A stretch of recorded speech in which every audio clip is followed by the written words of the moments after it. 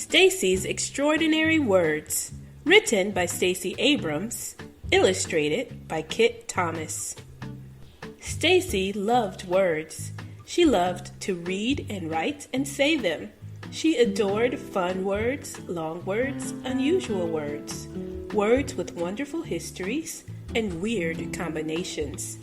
Whenever Stacy learned a new word, it was like making a new friend. First, she would find the dictionary. Dictionary, a book or electronic resource that lists words and gives their meaning.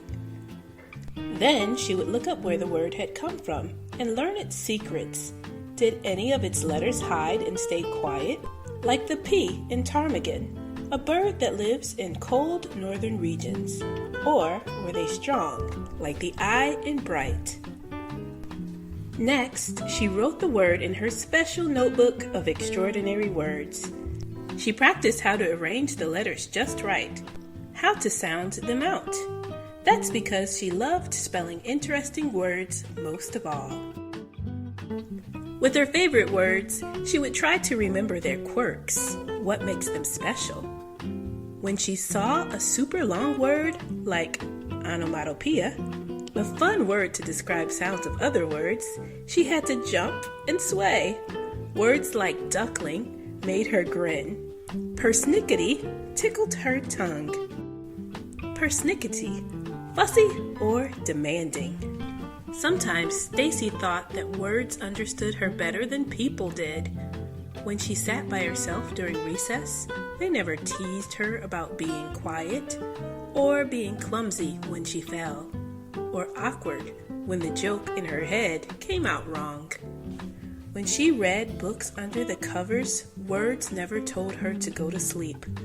Words understood why she was grumpy or anxious.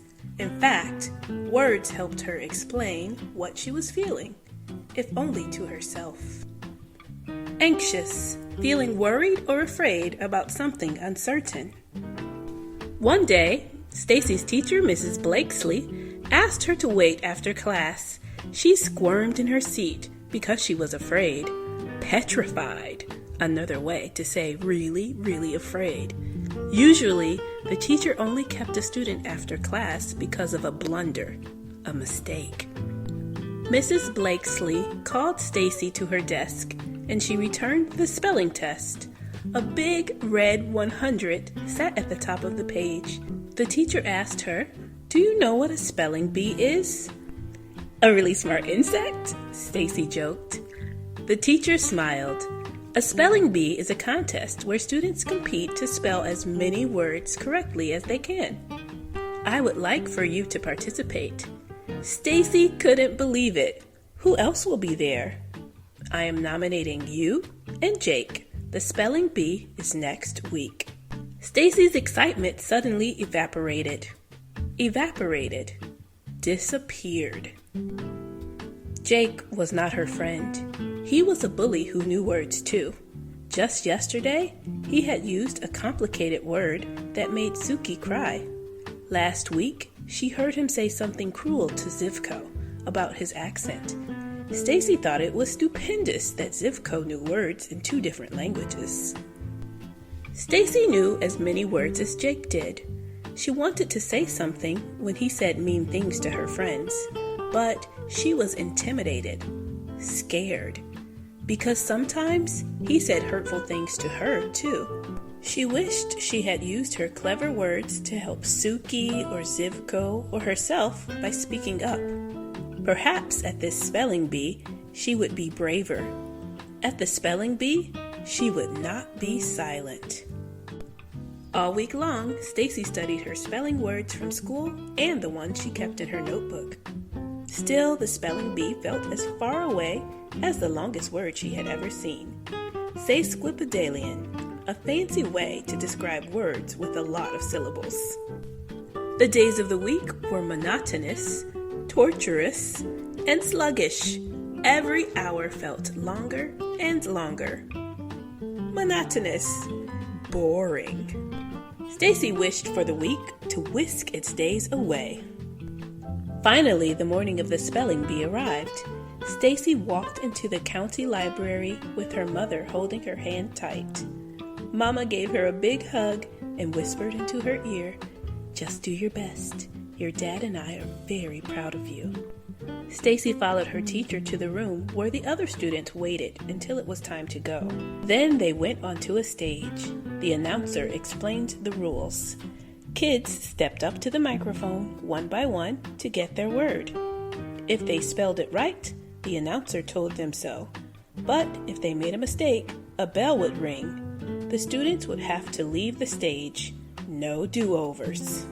Stacy's turn finally came. Her stomach ached with nervous energy, but she was ready. Say the word, dither. Sound it out, dither. Spell it, D-I-T-H-E-R. That is correct. The announcer called on the next student and the next.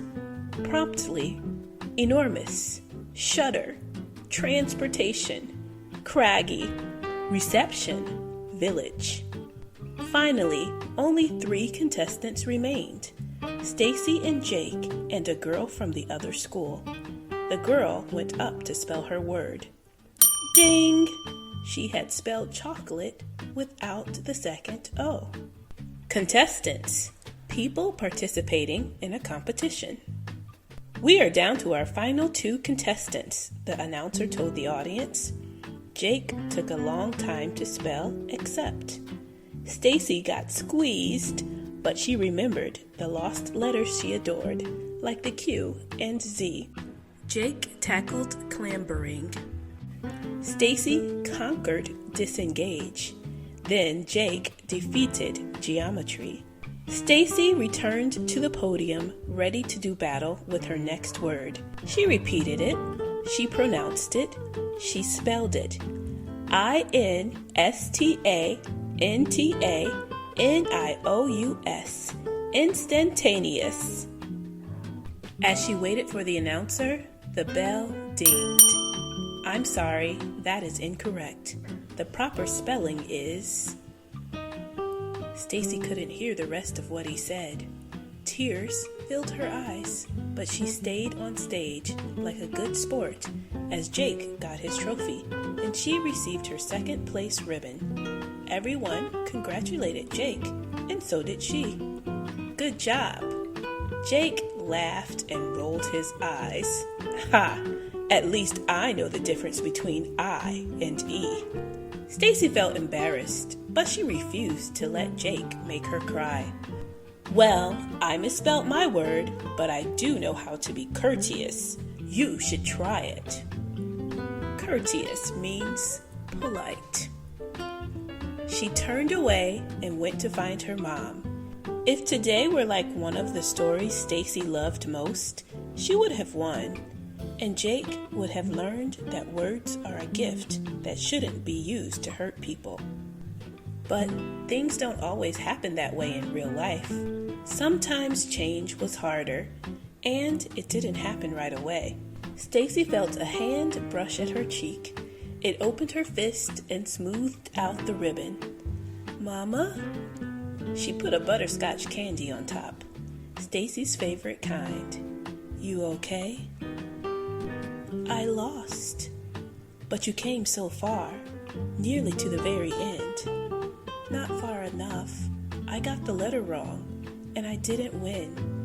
I failed. You only fail if you stop, her mother reminded her. I know there's a word for that. You know it too. Stacy thought about one of her favorite words. Perseverance. Perseverance.